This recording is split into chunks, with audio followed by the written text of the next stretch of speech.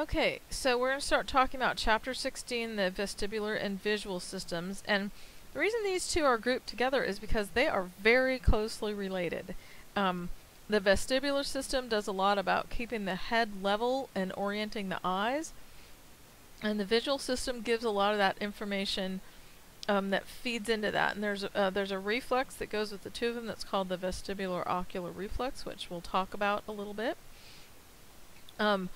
There is, again, a lot of information in the book that is lovely, but we will not be going over. So I will go over the information that I want you to know. So when we look at the objectives and study guide for this module, it's pretty basic. So chapter 14 and 15, cranial nerves and brainstem. So going to number 4, just be familiar with the 12 cranial nerves and their basic functions. It's easy squeezy for chapter 14. Chapter 15, the components of the brainstem and a brief summary of their functions. Brief, brief, brief. 4 Ds of brainstem dysfunction and symptoms associated with brainstem tumors and brainstem ischemia. So, very, very, very basic. So, chapter 16, the vestibular and visual chapter, basic functions of the vestibular system, 2 roles of the vestibular system in motor control. And these are, we'll go over all of these. The pathology, etiology, signs and symptoms, and treatment of BPPV and Meniere's disease. And we'll talk about a couple other vestibular system diseases. Which 3 things does the visual system provide? The 2 objectives of eye movements, the role of the vestibular ocular reflex, and then the definition of bitemporal hemianopsia and homonymous hemianopsia. And we'll talk about that. And there's some neat videos that show what a patient with one of those 2 things sees. Very interesting. So it's really a very brief module, even though you're like, wow, there are 4 chapters in there. We're not covering a ton of information in each chapter.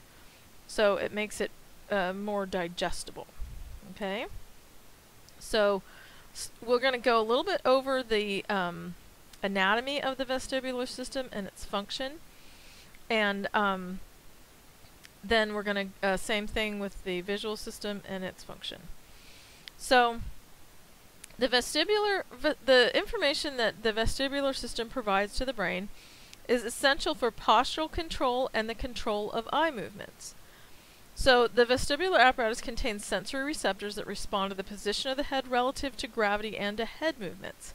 So that's one of the reasons why, and we'll talk about this a little bit later too, but one of the reasons why you get nauseated when you are in some sort of situation where you can't tell what your relationship to gravity is. So you're on a boat and the boat is moving a lot, and it's very difficult for the vestibular apparatus to tune in to your relation to gravity, and that and we'll talk about how that makes you sick. The information from the vestibular apparatus is converted into neural signals that are conveyed by the vestibular nerve to the vestibular nuclei. Okay? So projections from the vestibular nuclei contribute to sensory information about head movements and head position relative to gravity. They function in gaze stabilization, which is the control of eye movements when the head moves. So that's one of the things, like when you see an ice skater spinning around really fast, they focus on one point and they move their head from side to side, and that's to keep them from getting dizzy. That's that gaze stabilization function. It also contributes to postural adjustments and to autonomic function and consciousness. So there are some pictures, which these are straight out of the book, page 375, of the different vestibular apparatus things, and we're going to talk specifically. So the top is the semicircular canal, and then we've got the inside of the vestibular apparatus, and then one of the tiny little hair receptors and what goes on in those guys. So the receptors in the semicircular canals detect the movement of the head by sensing the motion of endolymph. And endolymph is the viscous fluid that's inside of these semicircular canals. So the semicircular canals are 3 hollow rings that are arranged perpendicular to each other. There's a video in the module that has a 3D view of this. I recommend that you watch it if you really want to understand how these are aligned. It makes it easier to see than a flat picture, a 2D picture. So each of the rings, they're arranged perpendicular to each other, and they're each open at both ends into a space that's called the utricle. And the utricle has a section in it that is called the ampulla, and inside the ampulla is the crista.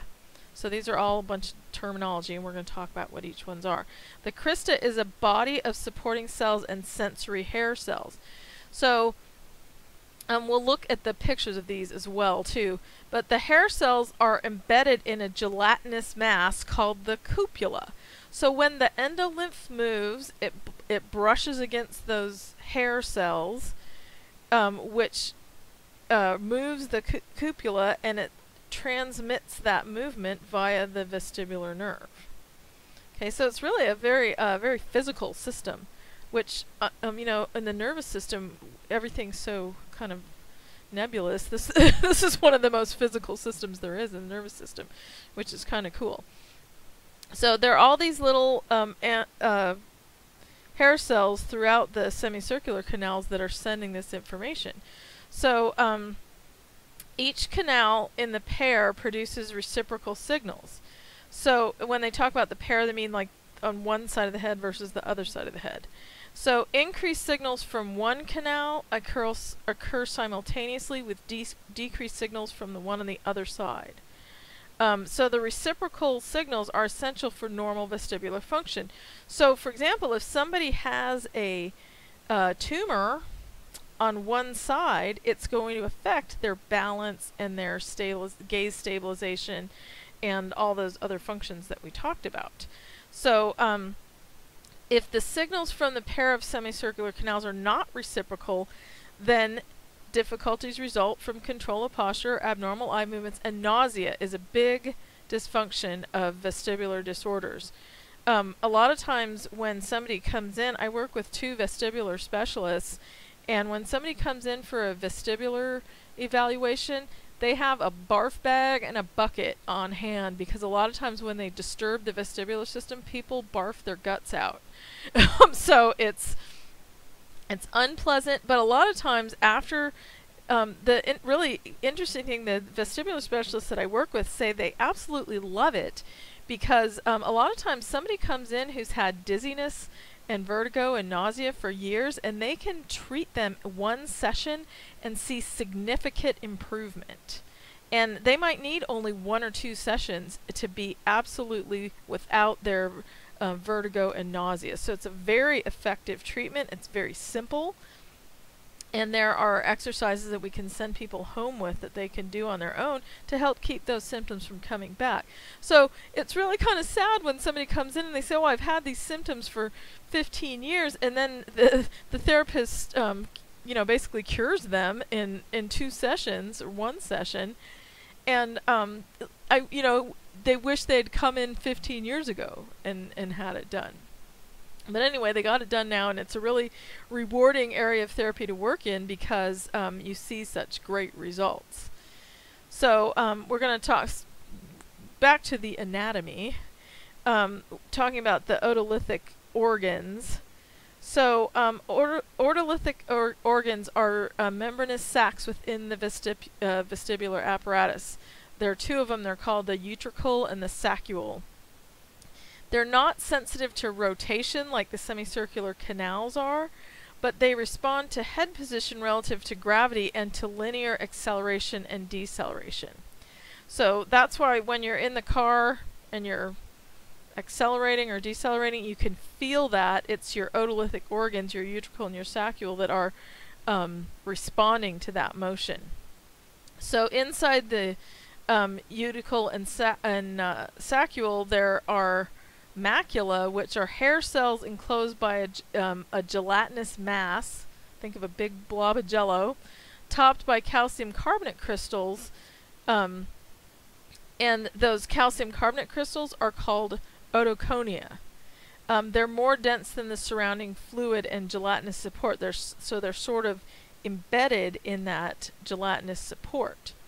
So changing the head position tilts the macula, and the weight of those little, you can think of it as little rocks almost, the weight of the otoconia displaces the gelatinous mass and bends the embedded hair cells. And that's bending the hair stimulates or inhibits the hair cells depending on the direction of the bend. And that determines the frequency of firing of the neurons in the vestibular nerve. So that's your stimulus. That's your initial sensory stimulus, is the gelatinous mass shifts with the weight of those little rocks, and it bends the hairs one way or the other, and it determines the frequency of how the neurons fire. So it's kind of neat. And when we'll talk a little bit about BPPV, which is when those little otoliths get loose and they kind of get in the wrong area, so they can be stimulating what feels like movement where you really don't have movement, which is kind of interesting. And you can do canalith repositioning maneuvers, which is a physical exercise, to get those back in the right position.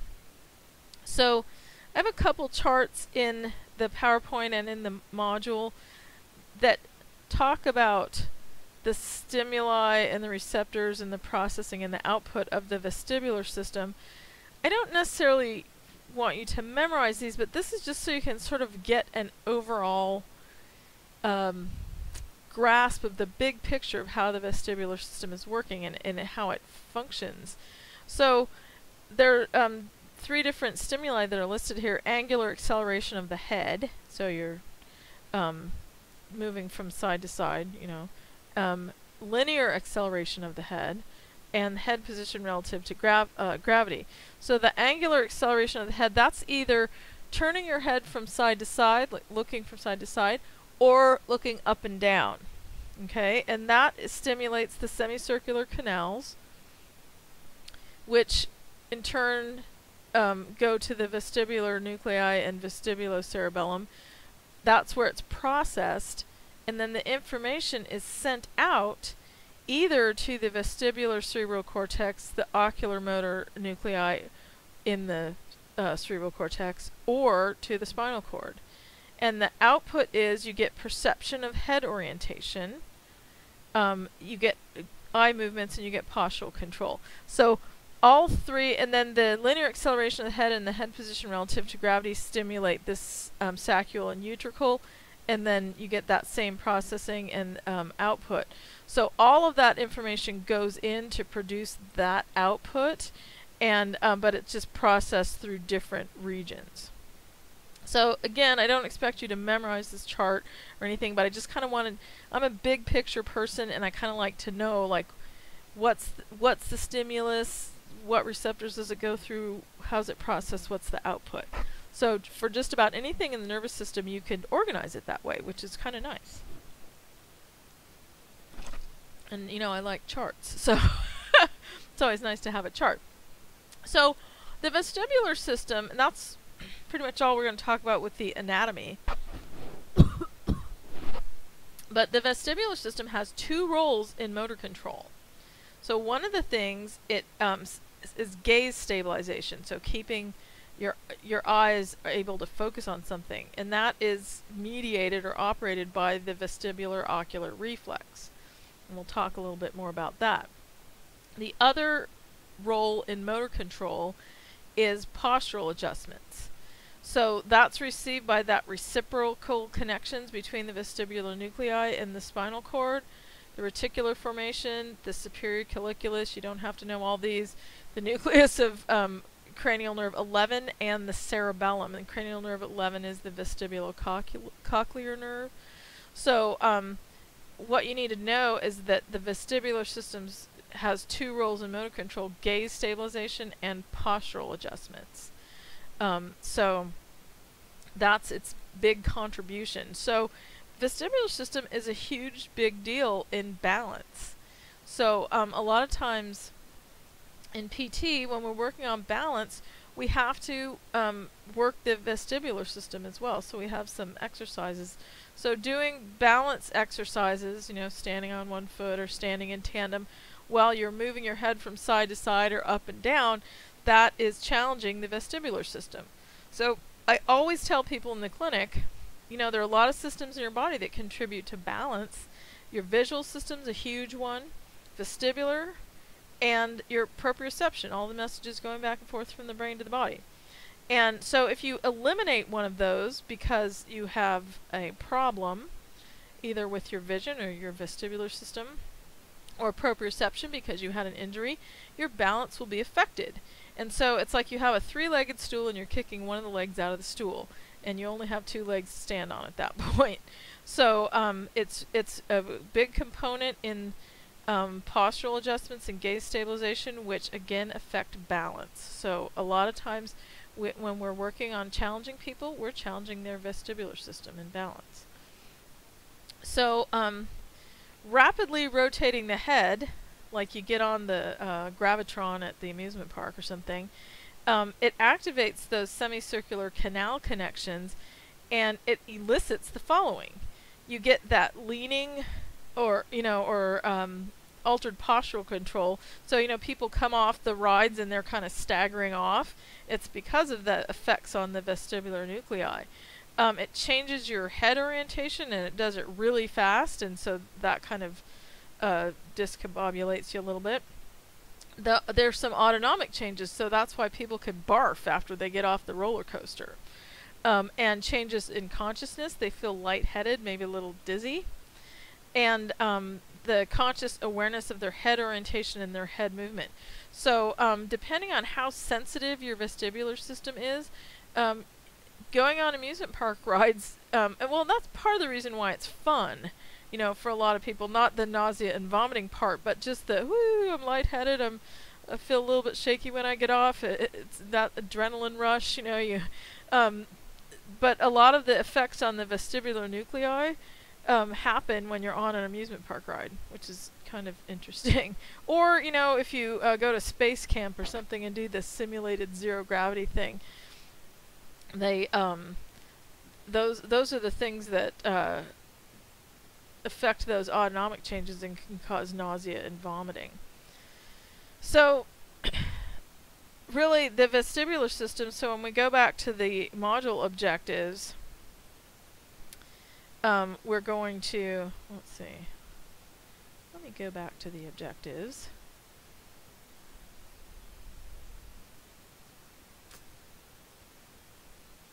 For the vestibular system, the basic functions of the vestibular system, 2 roles of the vestibular system in motor control.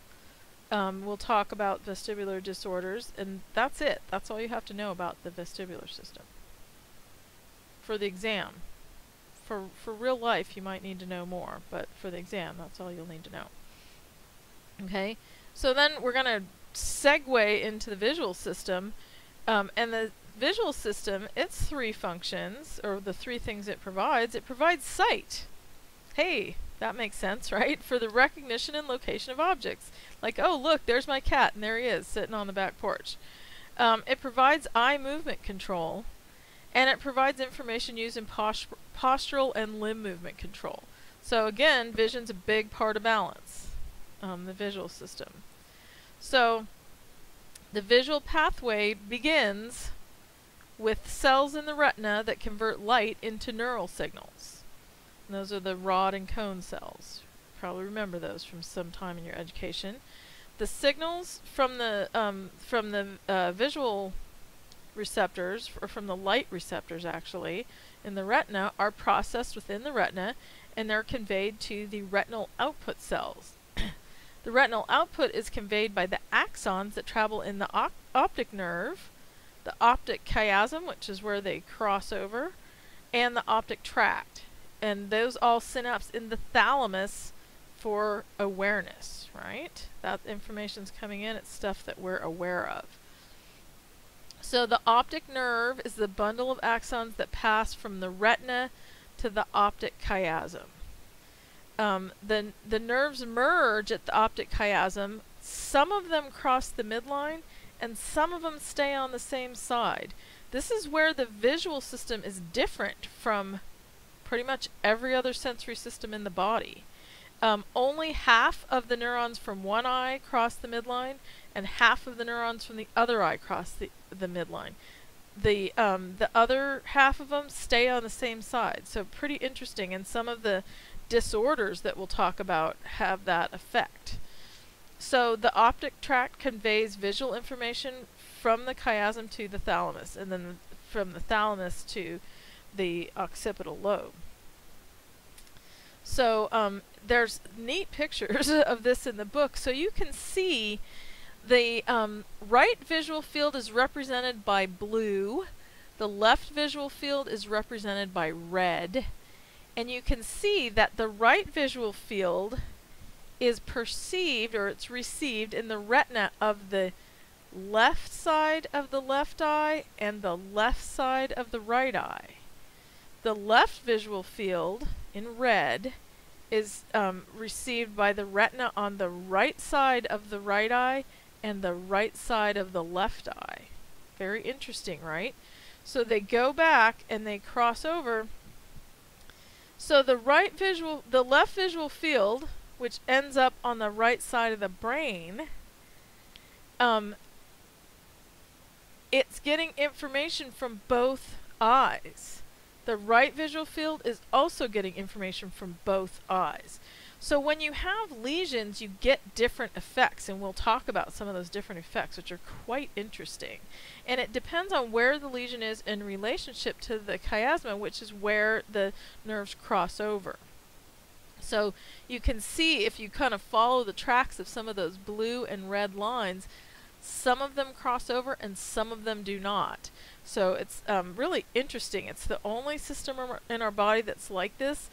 And of course there's no why about it, it just is that way. But I suspect, or if you look at things from an evolutionary standpoint, it makes sense that a system that's as important to us as vision has some sort of redundancy built into it. So if you had a lesion or something on one side of your brain, you're not going to lose all of your vision. So very interesting.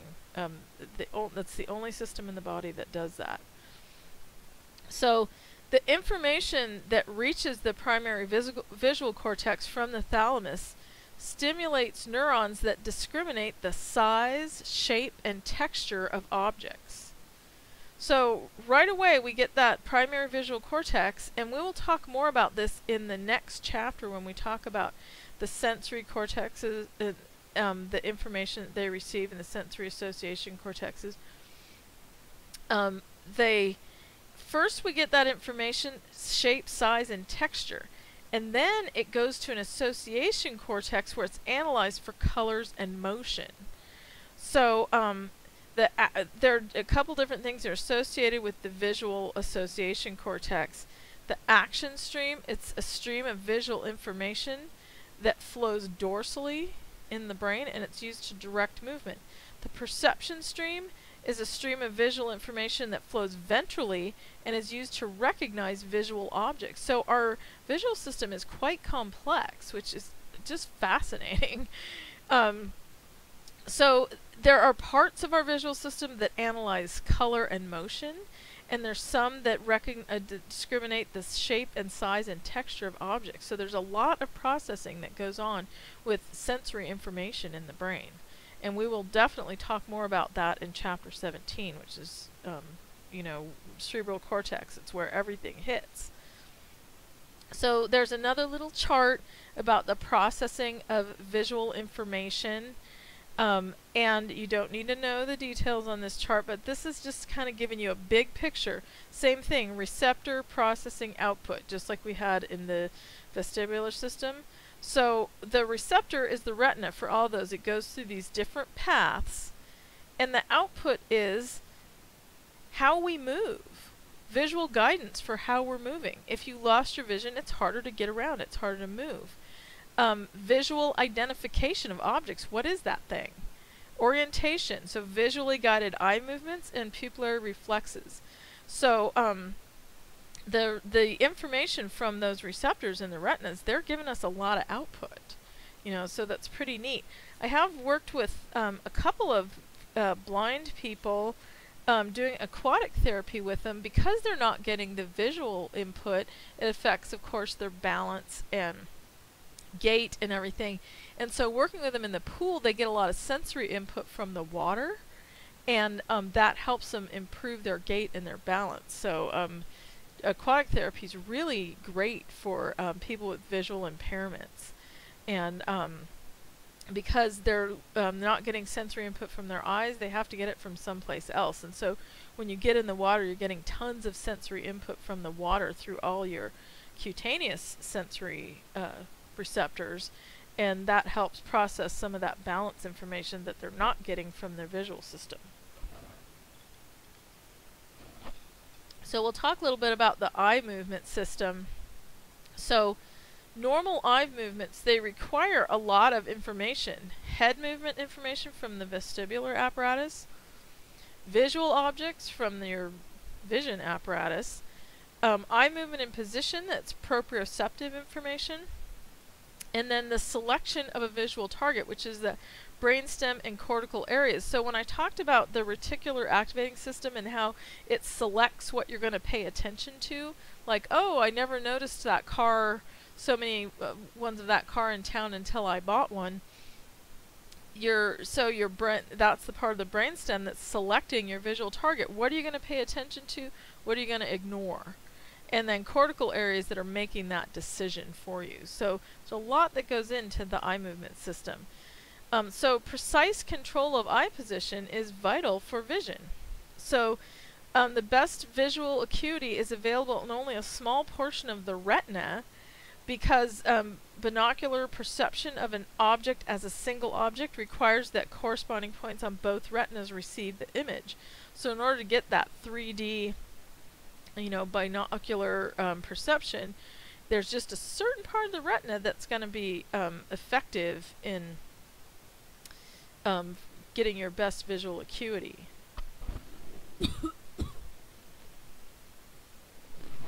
So this is one of the objective questions, one of the study guide questions.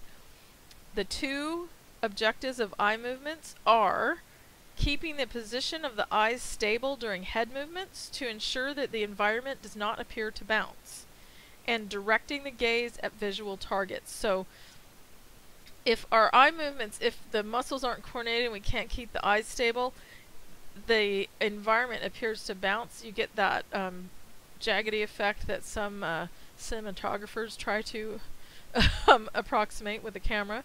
And then we have to be able to direct our gaze at the targets that our brainstem and cerebral cortex select. So we talk about two different types of eye movements. One of them is conjugate movement, where both eyes move in the same direction. And the other ones are vergence movements, where eyes move either toward the midline or away from the midline. So the eyes are moving in different directions. Okay. Gaze stabilization during head movement is achieved by the vestibular ocular reflex, or the VOR. The vestibular ocular reflex, it is happening during, it is in effect during fast movements of the head.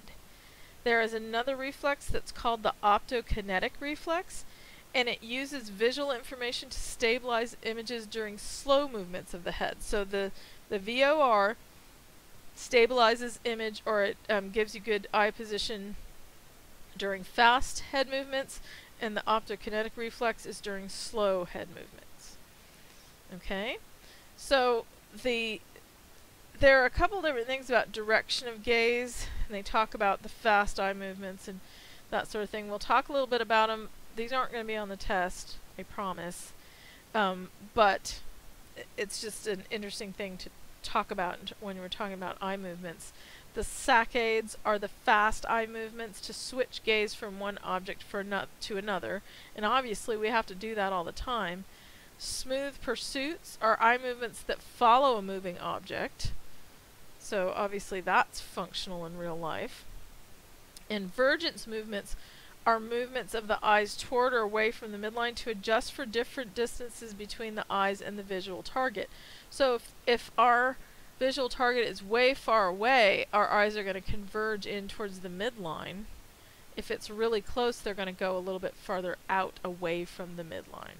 Okay, so just those are 3 types of eye movements. The optokinetic reflex, so we had the 2, the vestibular ocular reflex adjusts eye position during fast movements. The optokinetic reflex adjusts eye position during slow head movements. Like when a person is walking, the head moves relative to objects in the environment, right? So if you have moving visual stimuli, like you're out trying to cross the street and you have cars and that sort of thing, the optokinetic reflex is where it comes into effect. It allows the eyes to follow large objects in the visual field, like a car coming to run you over, or hopefully not. So there's lots of different things that might influence eye movements. Auditory information, so we're going to turn in the direction of a sound. The vestibular ocular reflex. Visual stimuli, something catches our eye, we're going to look at it. We're going to change the direction of our gaze. Sensory information from the muscles outside the eyes, the extraocular muscles, and the limbic system and voluntary control. So the example they give for switching vision quickly from one object for another, a person's reading and someone comes into the room, that saccadic eye movement shifts the reader's gaze from the text to the person. So it's that shifting attention, gaze shifting. The smooth pursuit eye movements are used to follow moving objects, like watching the person walk across the room or watching cars drive past. Moving visual stimulus is essential for the production of smooth pursuit movements. Okay. So I'm going to wrap up this part of the lecture, and then the last part of the lecture for this module, we're going to talk about disorders of the vestibular and visual system, which of course is an interesting subject.